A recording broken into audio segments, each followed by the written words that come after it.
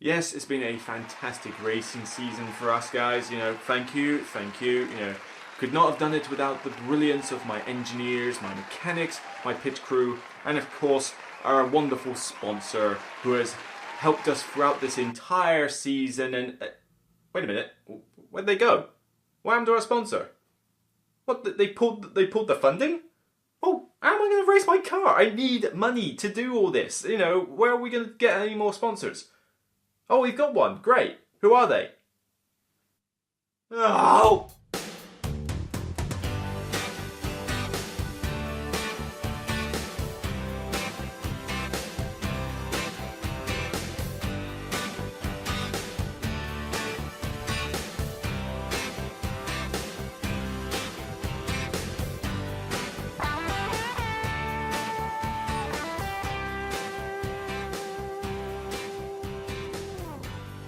Hello guys and welcome to another Broken Meeple review. This one has been in the running for a long time. I've for some reason got delayed getting this review out, and well, partially because I wanted to finish the campaign mode in this before I gave it a full review.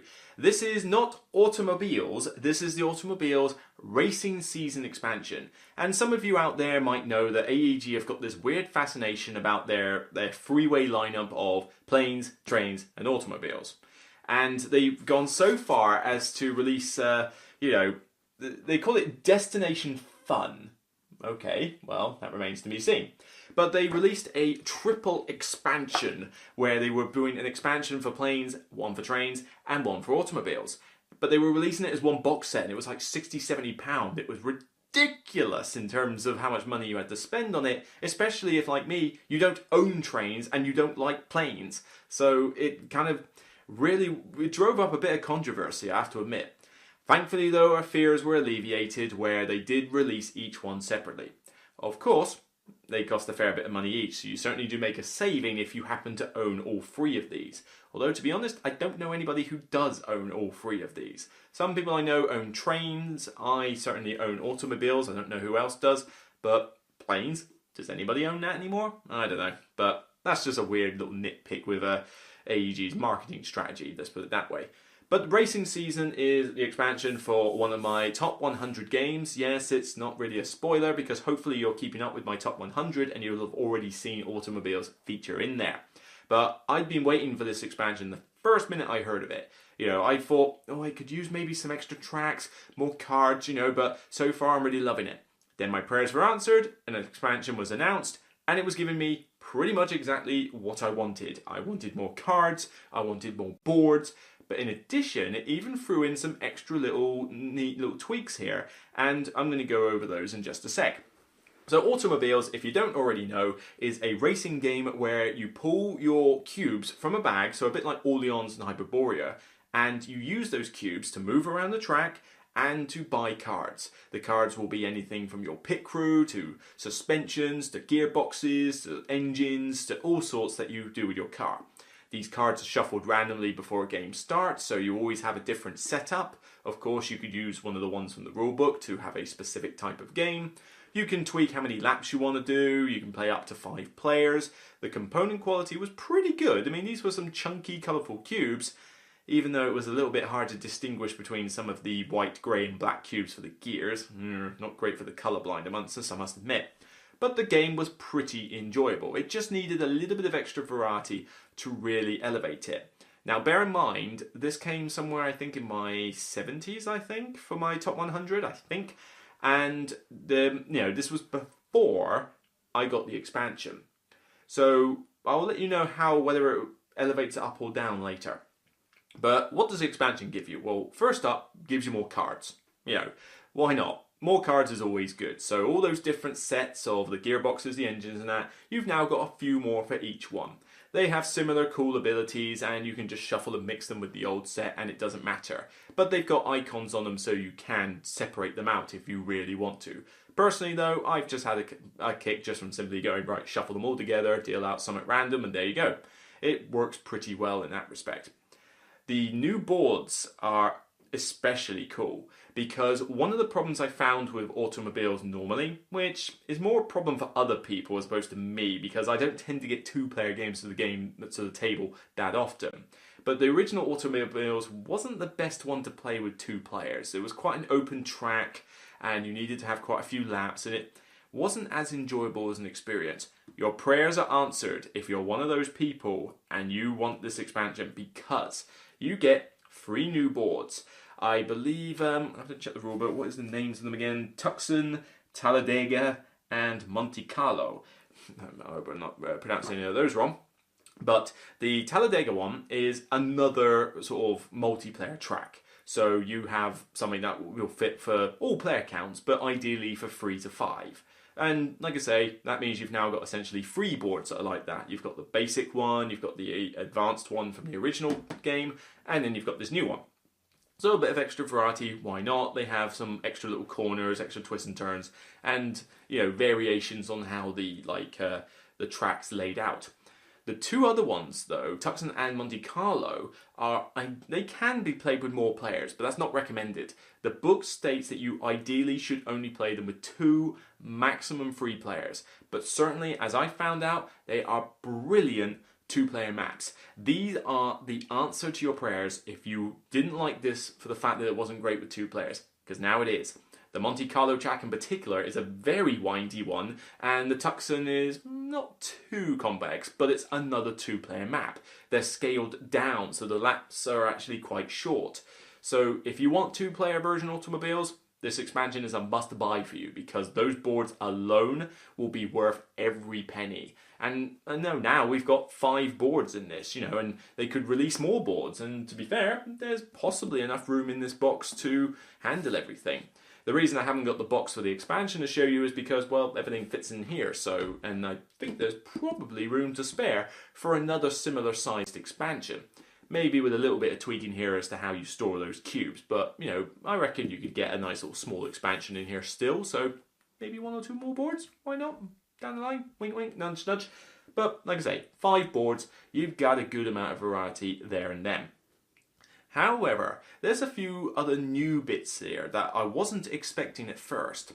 First up, you now have drivers. So you can have your own special power when you go out onto the track, and this can be done for the aforementioned campaign mode, we'll get onto that later, and a normal game. They're very easy to use, you literally just deal them out at random, and each one has a special power. Pretty straightforward. They just allow you to do some interesting shenanigans. And so far I haven't played it enough to use like every single combination of these things, so I don't know if there's an overpowered combo there somewhere, but so far I've been finding them fairly well balanced. I had one game where people at the start were like, this one's blatantly going to be overpowered. I mean, he allows you to move an extra space every turn. That's just going to be insane. That person came second. So, not too overpowered. I beat him with a more tricksy shenanigan cube combo. And, and this wasn't just like a little bit beaten, this was domination beat. So, the abilities have been quite balanced for now. Some of them are a little bit more harder to use than others maybe. Maybe that's the key. Because if you're doing tricksy things with the cubes, you need to understand how the game works first. But something like, move an extra space, I tend to deliberately give stuff like that to a new player so that they've got a nice easy ability to work with. That's entirely up to the players as I bring the game out. But I like them. There's, I think, 10 of them in the box. And they just add a little bit more extra variety to the game. Player powers, always a good thing. So thumbs up there as well. Now, the 2 really new things here. You've got a campaign mode and sponsors. The sponsors you only really use in the campaign mode. The campaign is, well, I say campaign, it sounds longer than it is. It's basically playing several tracks, usually free, but I think you could tweak it however you like really. And you play 3 tracks in succession. So you play 1 track, and then you do the second, then you do the third, you total up all the points, and, based on what ranking you came in each one, and you see who wins at the end. So you get to play a racing season, as Phil mentioned the title. This is a pretty good way to play this game, actually, because you don't have to play them in one go. And what you could do is you could say, right, well, today we're going to play the first one of this tournament. Pack the game away, play something else. Next week you come round, there you go, play the next match. So you could do it however you like. You could also try to play all 3 of them in one night by having the tracks very short. So that, the first one might only literally be a lap or 2 laps max around a short track. So they're nice and quick. So you could potentially get all 3 of them done, say, within a 2.5 hour period of a game night. It depends how you tweak it and how many players. It could chop and change. But you could tailor this to your heart's content. And I got to give props. The scoring sheet that you have is particularly good. Let me just grab that out of the way a sec. Let's see if I can find the score sheet. Here we go. You get a huge pad of this. I mean, I am never going to use this much. But I'm never going to play this many seasons. It's ridiculous. But at least you've got one. It's specifically tailored for the campaign. Hopefully there's a close-up picture for you to see.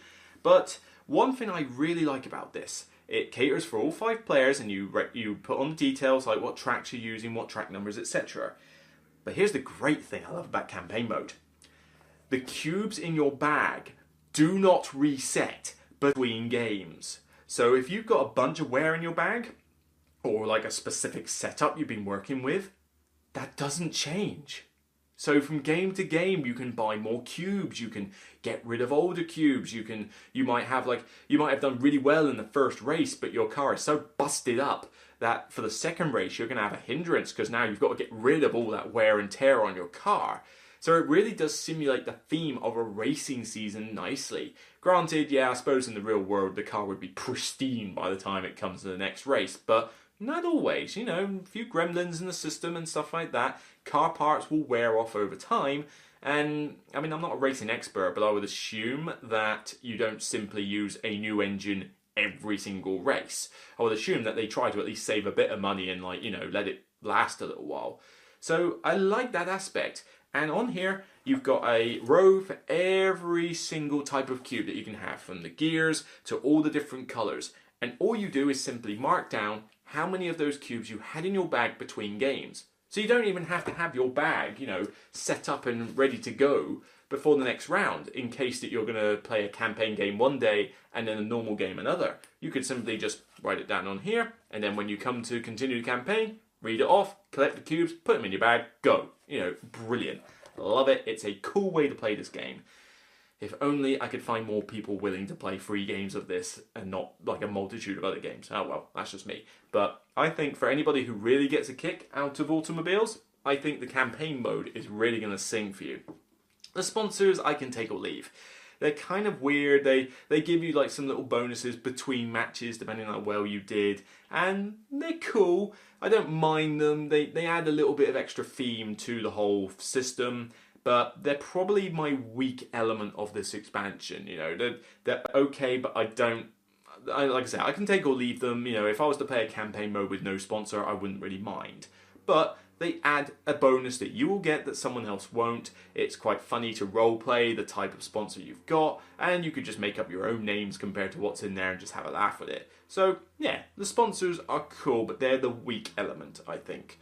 But the rest of this expansion, as I've been saying, that's everything in it. Love it. The expansion is great. The campaign mode is cool. Doesn't have to take ages. You could do it in one night if you tweak the maps to your liking. The new cards are always welcome. The driver abilities are welcome. And new boards are welcome. And certainly it fixes one of the biggest problems that automobiles had, which was that it really didn't cater well for 2 players. So this is a pretty solid expansion. Quite expensive, I will say. 3 boards, a few cards, a score sheet. For the money you're paying, you're getting good value in terms of how much it makes this game better and how much replay value you get. But it is quite a bit of a first, ooh, that's a big chunk of money, especially if you're getting this on its own and not part of the freeway bundle.